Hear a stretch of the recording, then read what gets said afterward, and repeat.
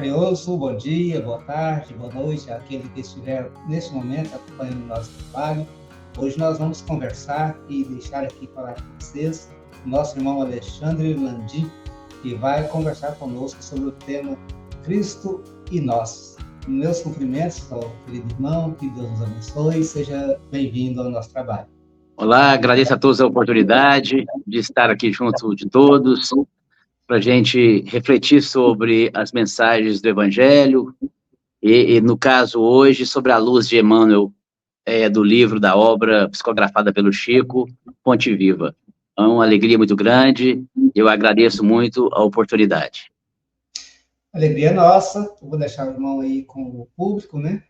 E eu volto ao final para a gente poder fazer as nossas despedidas final. Deus abençoe, ilumine. Muito obrigado por estar conosco. Bom, como citei, para mim é uma alegria muito grande. É o primeiro trabalho, com certeza, de muitos que virão. E justamente por ser o primeiro trabalho, esse chamado, esse convite do Centro Espírita Eurípides Barçanufo de Ipiaçu, que eu resolvi, inspirado pela espiritualidade, trazer essa lição, a lição 17 do Fonte Viva, intitulada Cristo e Nós. Estamos vivendo épocas muito difíceis na humanidade como um todo. É a transição planetária que as crises, as convulsões, as questões íntimas estão causando, impactando a todos nós. E essa lição, ela vem nos mostrar um direcionamento do Cristo. Emmanuel nos traz o entendimento do cristianismo sendo Cristo e nós. A época de Saulo, depois Paulo, ele tinha uma fala, né? Não sou mais eu quem vive, mas o Cristo vive em mim. Evidentemente, estamos todos nós trilhando para essa possibilidade do Cristo em mim. Mas hoje, para o nosso aprendizado, é o Cristo e cada um de nós, o Cristo e nós. E para a gente entender essa lição, Emmanuel começa nos trazendo algo que tem ocorrido em todas as denominações religiosas na Terra. Os homens esperando por Jesus. Numa compreensão, às vezes, parabólica, metafórica dos textos bíblicos, há uma espera de Jesus. Porém, nós da doutrina sabemos que ele nunca se distanciou, nunca se ausentou da terra a qual ele governa. Então, sabido que a doutrina espírita, esse consolador prometido, é o cristianismo redivivo, né? E que vai nos oportunizar várias possibilidades de trabalho. Então, Emmanuel coloca muito claramente aqui no Fonte Viva, os homens esperam por Jesus, mas saibamos, Jesus espera igualmente pelos homens. E é fato notar isso, porque quando a gente tem na obra há 2000 anos, né, aquela conversa de Jesus com Públio Lentulus, né, ele indagou a ele, depende de você me seguir agora, ou daqui milênios, dizendo o seguinte, que eu te esperarei daqui milênios. Não é? Então, Jesus espera pelos homens, e sempre vai esperar, porque ele acredita e sabe da nossa modificação ao longo das várias existências que passaremos. E eu posso dizer por mim, né, porque há 12 anos me foi direcionado um outro caminho para o lado espiritual, em que me auxiliou muito. A possibilidade em que eu tenho me modificado dia após dia, eu agradeço muito essa doutrina espírita. Tanto é que eu posso falar para todos vocês hoje, eu não sei o que seria da minha vida se não fosse a doutrina espírita. Mas veja que, para mim chegar a esse ponto que eu estou hoje, graças a Deus, com essa gratidão à doutrina espírita, me foi feito um convite lá atrás. Foi-me feito um chamamento lá atrás. E a pergunta é, Jesus chamou, fez um chamamento a Públio Lentulus, será que ele não continua chamando até hoje? Sim, a resposta é muito clara. Sim, continua nos fazendo convites e mais convites, chamamentos e mais chamamentos. A questão hoje é o materialismo que tem nos distanciado desses chamamentos ou tem nos feito ignorar até mesmo esses chamamentos. Então, o fato é que essa lição, ela vai nos fazer refletir sobre isso. Porque são chamamentos simples do dia a dia, em que nos envolve a todos, e que nós temos que estar não só aptos, mas prontos a entendê-los. Porque em épocas difíceis de transição planetária, em que nós sabemos o mal ainda prepondera na Terra, e o bem ainda tímido ali, não consegue, às vezes, querer começar a sobrepor esse mal que ainda se evoluma na Terra e nos marca tanto. Existe no sermão profético do capítulo 24 de Mateus, uma das profecias marcantes de Jesus, quando ele fala: por ser grande a iniquidade, o pecado, o amor de muitos se esfriará. A gente entende como iniquidade a perversidade, a maldade, a crueldade, a injustiça, tudo isso é iniquidade. E está grande, está lastrado na terra, em todos os setores. Todos os setores. E a gente percebe que isso tem esfriado corações. O materialismo corrompendo cada vez mais a humanidade. Tanto é que tem provocado aí uma separação, um distanciamento do homem das coisas de Deus. Isso é notório na terra nos dias atuais. E Jesus trabalhando grandemente, incessantemente, convidando almas a uma nova reflexão, a um novo direcionamento. Ele sempre fez assim. Tanto é que aqui, Emmanuel vai nos falar que Jesus, ao chamar André, Simão e todos os outros discípulos ali, quando ele esteve presente na Terra, começou ali aquele apostolado, buscando o concurso daqueles todos discípulos, né, formando uma assembleia, igual nos diz aqui Emmanuel, para atacar o serviço da regeneração planetária. Atacar no sentido de começar a trabalhar, de incrementar esforços para que aquele apostolado composto por ele pudesse florescer, frutificar e ramificar, principalmente, várias almas que poderiam dar continuidade no processo dessa regeneração planetária.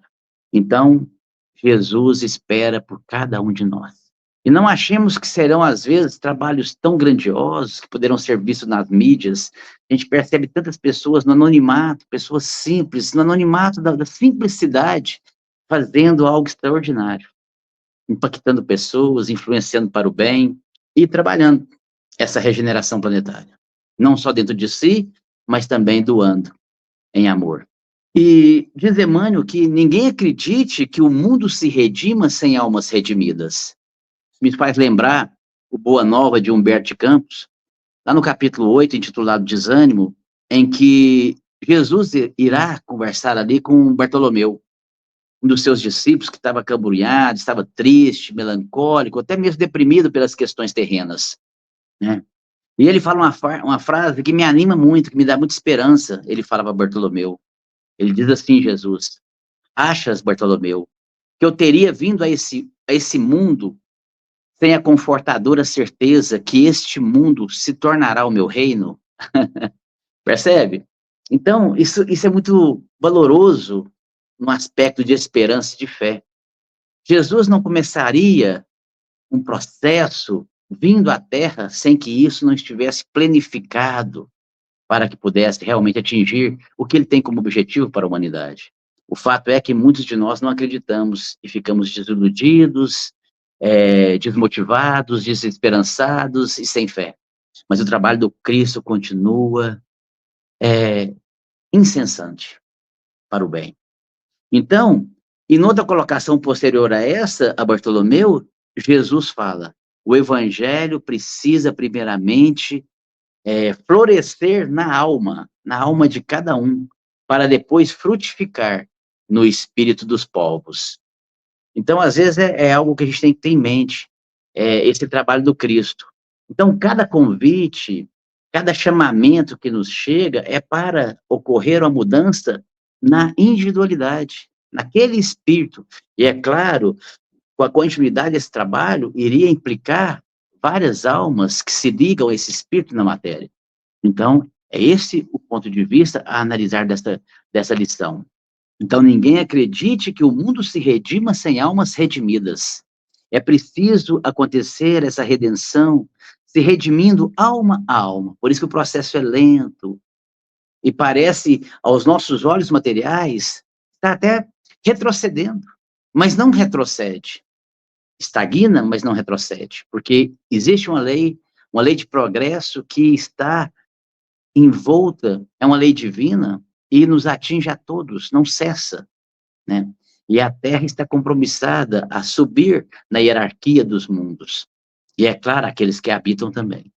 Então, esse processo de transição planetária tem mexido com todos nós, até mesmo com a gente fica muito impactado com certas notícias que nos chegam, com certos noticiários, com certos acontecimentos que ainda nos envolvem de tristeza, mas não fiquemos desalentados, porque o Cristo sabe de tudo isso e tudo tem a providência divina. E é por isso que Emmanuel, nessa lição, gente, olha que interessante, ele utiliza-se de uma passagem em Atos dos Apóstolos. Disse-lhe Jesus em visão: Ananias, eis-me aqui, respondeu o discípulo. Vou lembrar essa passagem porque talvez alguns de vocês que vão escutar esta live não compreenderão. Mas na obra Paulo e Estevão, que é uma obra fantástica que eu recomendo, nessa obra conta aí a trajetória de Saulo até se tornar Paulo, escrever suas epístolas, que nós sabemos. Mas para essa parte do Atos dos Apóstolos, nós lembremos que Saulo sai de Jerusalém e vai até Damasco para prender Ananias. Ananias era um discípulo de Jesus, né? E aí houve aquele encontro que nós sabemos de Saulo à porta de Damasco, com aquela luz espiritual do Cristo, e ali Saulo indaga: que queres que eu faça? Nós sabemos essa história, né? O fato é que naquele momento Jesus utilizou-se de uma disciplina, uma corrigimenta, uma pedagogia importante para que nós entendamos ela, que foi enceguecer-se Saulo. Saulo fica cego.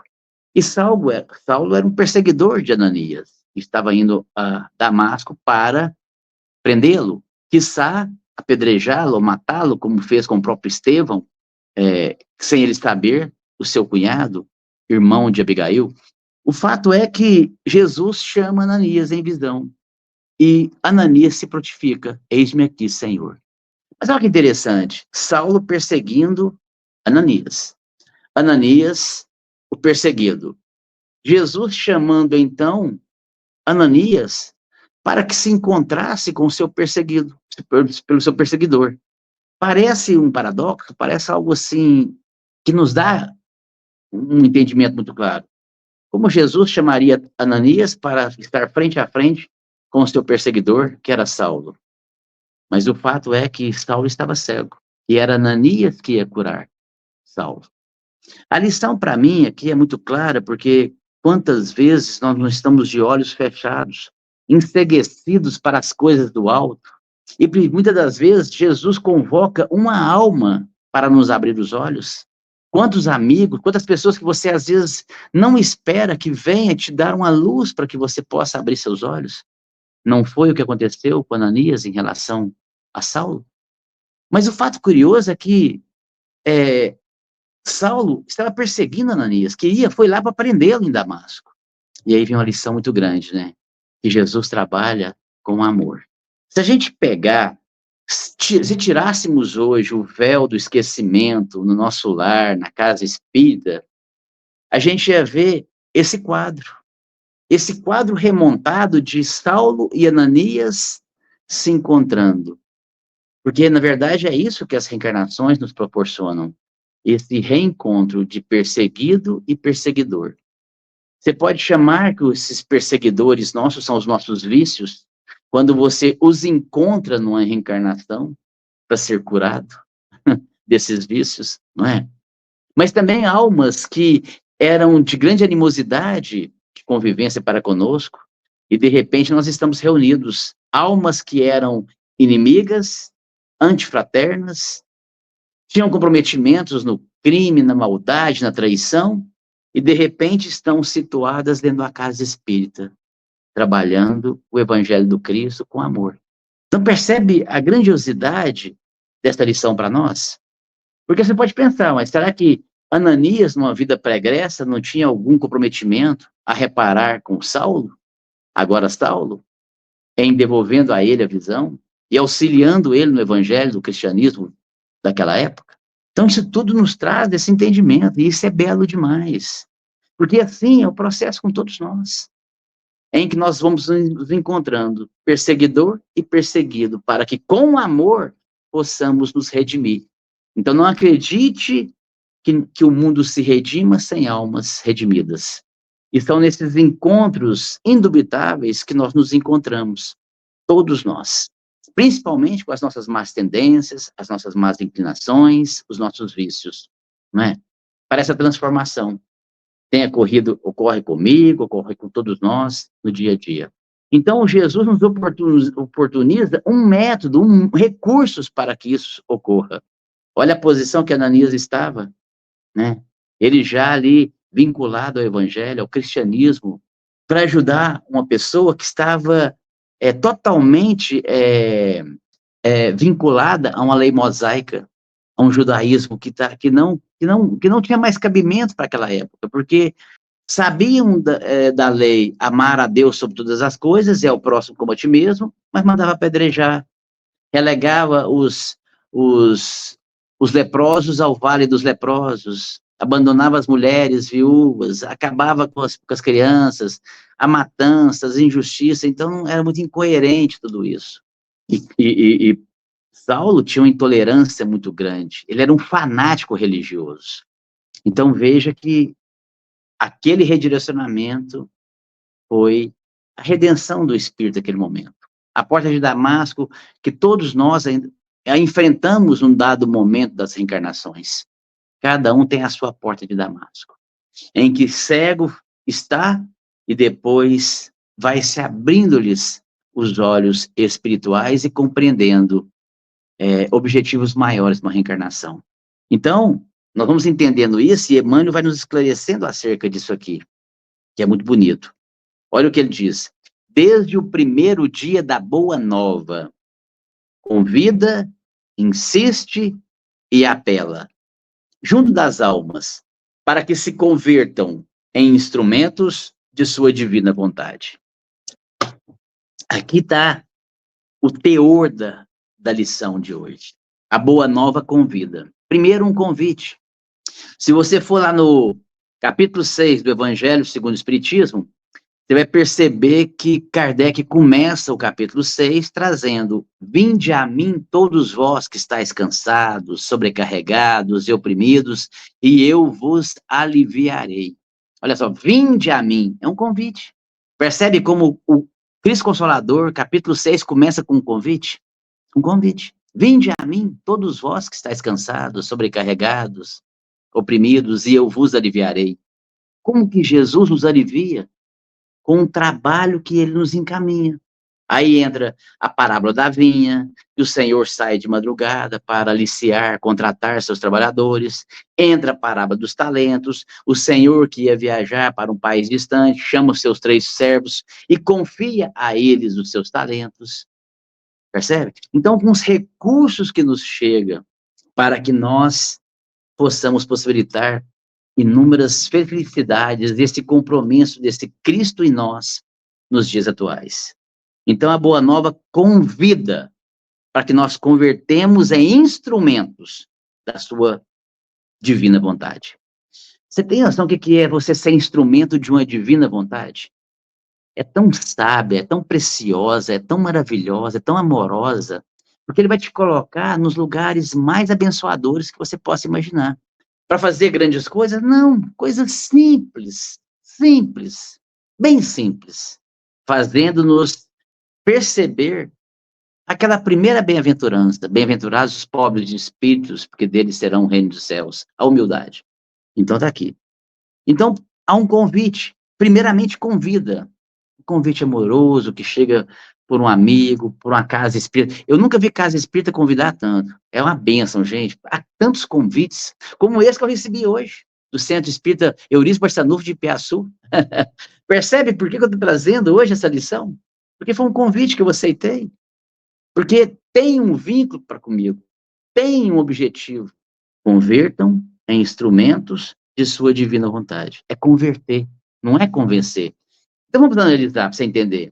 Saulo Saulo, à época dele, recebeu inúmeros convites. Quando ele foi à casa do caminho, que ele viu lá a fala de Estevão sobre o cristianismo, sobre a proposta do mestre à humanidade, ele ficou um pouco impactado. Só que ele era fanático no judaísmo, né, nas questões da lei de Moisés, dos ensinamentos de Moisés. Então aquilo falou mais forte. Mas a ida dele à casa do caminho, ouvir Estevão sobre o cristianismo, era um convite. E ele não percebeu, e ele não aceitou. Trazendo pra gente, quantas vezes a gente vai em determinado lugar, eu conheço muita gente, vai numa casa espírita, gosta, e não é nem intolerante, como Saulo era. Gosta, aprecia, mas não leva para frente. Porque o materialismo hoje tem puxado muitos a levar compromissos espirituais para frente. E esse é o papel do Espiritismo, que está no Livro dos Espíritos. Como o Espiritismo pode auxiliar no progresso da humanidade? E a resposta é combatendo o materialismo. Tá lá. Então, Saulo foi convidado. Depois ele foi convidado de novo por Abigail, porque Abigail já estava inteirada no cristianismo, no Evangelho do Cristo. Ela já tinha se maravilhado com aqueles sábios ensinamentos. E ela tentava ali auxiliar o noivo, para que ele tivesse aquela percepção de buscar aquele caminho. E ele não aceitou. Então, foi vários convites. Só que a boa nova, aqui fala, convida, depois insiste. Porque você convida, a pessoa não quer. Aí é um processo de insistência. Como um pai que ama o filho. Os pais sempre insistem a vários caminhos para os filhos, porque ama, porque querem o melhor para os filhos. Assim Deus também é conosco. Por que ele insiste conosco? Porque nos ama. Porque poderia falar, não quer, então deixa para lá. Próxima reencarnação, a milésima reencarnação. Não, insiste com a gente. E aí, na insistência, a pedagogia vai ficando um pouco mais firme, digamos assim. Então, Saulo sentiu também essa insistência por parte da espiritualidade.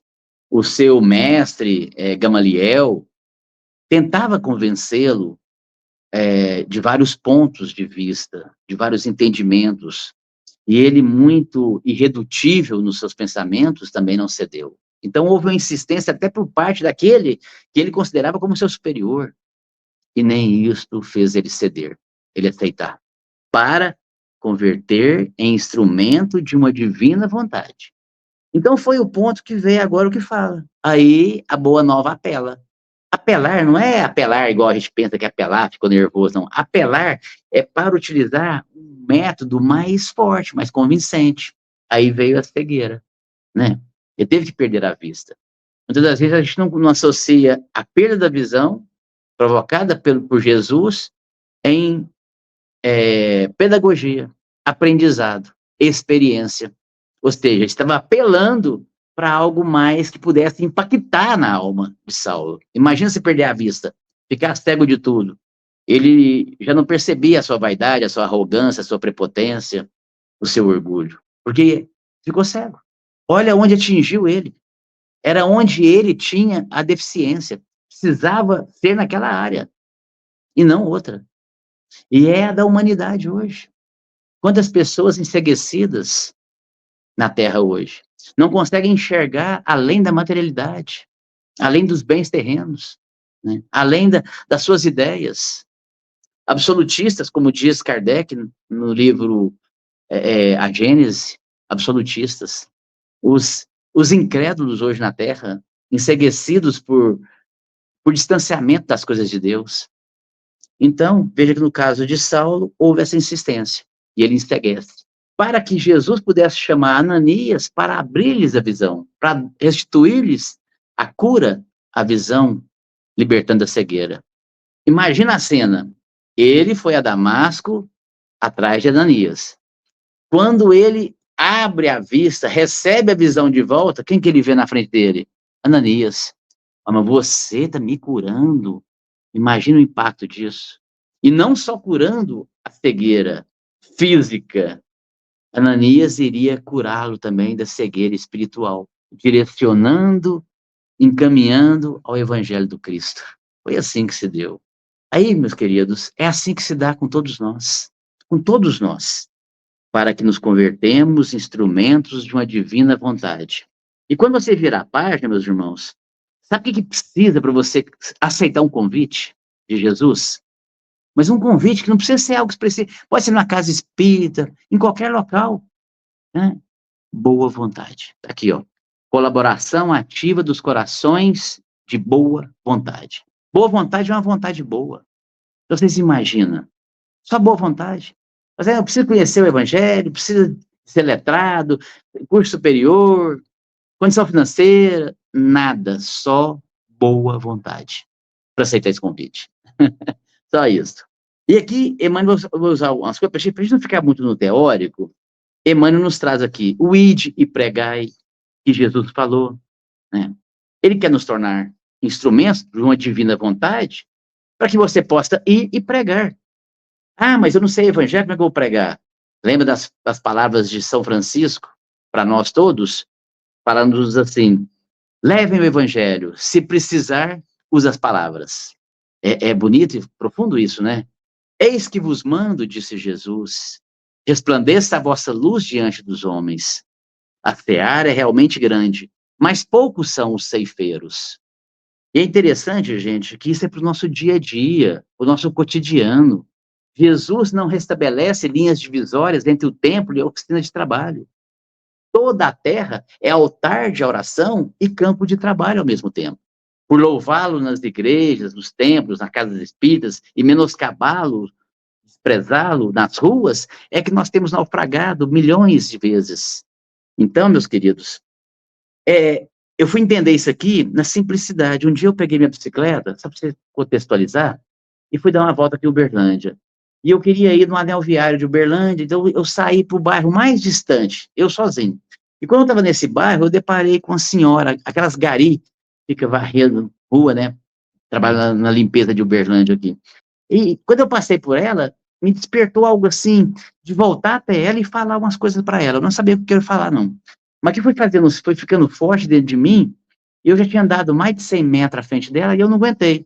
Eu voltei até ela. Voltei. Bom dia, só tá boa? Tô, tudo bem. Qual o nome da senhora? Ela falou assim, Dona Antônia. Pois é, Dona Antônia. Jesus pediu que eu voltasse aqui e falasse umas coisas para a senhora. E ela já arregalou assim, ficou assustada, né? Assim, Jesus pediu para te falar que esse trabalho da senhora é muito digno. É digno, mas é digno demais. Tão digno quanto um presidente que senta numa cadeira num palácio. E que se a senhora, às vezes, não é bem remunerada pelos homens aqui na Terra, a senhora é muito remunerada por Deus no céu. Tá? Eu, Alexandre, eu quero agradecer muito a senhora, porque enquanto você está aqui limpando Uberlândia, tem muita gente sujando. Aquela mulher embargou os olhos, começou a emocionar a gente, e ela, respirando assim, ofegante, falou assim, nossa, meu filho, eu ganhei meu dia hoje. Aí, gente, por que eu estou dizendo isso para vocês? Porque quando Jesus fala, Emmanuel nos mostra aqui umas palavras de Jesus à época dele, né? Ide, pregai, eis que vos mando. É falar do nome de Jesus.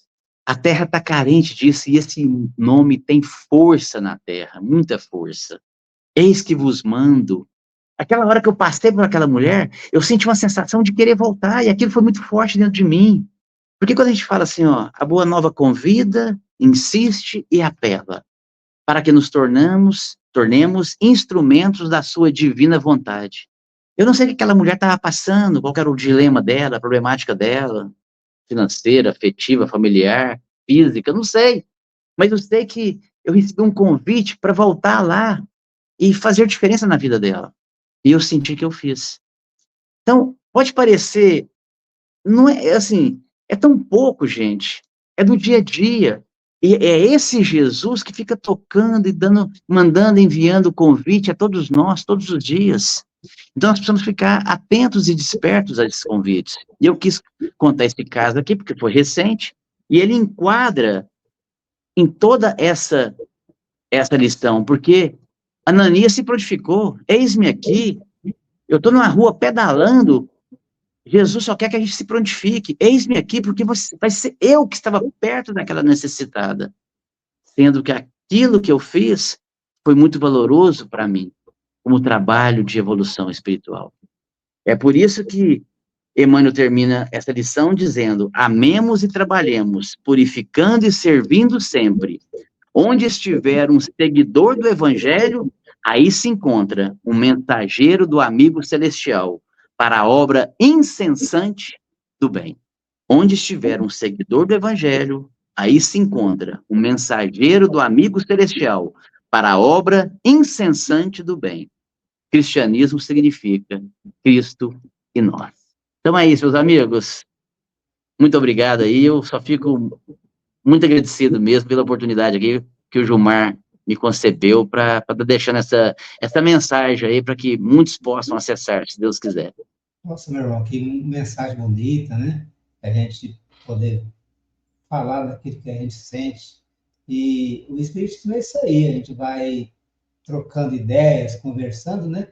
Para levar as pessoas que querem conhecer, que querem buscar no Espiritismo alguma coisa nova para o seu coração, né? Para esquentar o coração, as dificuldades, a mensagem espírita está aí. Eu queria te agradecer muito por essa oportunidade de estar conosco aqui, viu? A sua indicação foi feita pela dona Sirlene, né? E já conversamos muitas vezes. E ela falou: vou arrumar uma pessoa para te ajudar. Aí deu o seu número, depois de contato, e estamos aí. Foi o convite, Gilmar. Então eu aceitei, porque eu tenho certeza que o dedo de Jesus está aí na simplicidade desse trabalho aí, que a gente possa se fortalecer nele, tocando vai. E essa mensagem chegando a vários corações aí. Nossa, que bom. Te agradeço, viu? Deus te abençoe e dê Eu que agradeço. De novo, outras oportunidades. Se não teve tempo para nós à noite, nós estamos gravando, depois vamos colocar aí nos nossos canais. Muito obrigado. Deixa um abraço a todos aí, tá? Muito obrigado mesmo. A você, pessoal, seus amigos também, pessoal da AMA, de verdade. Obrigado.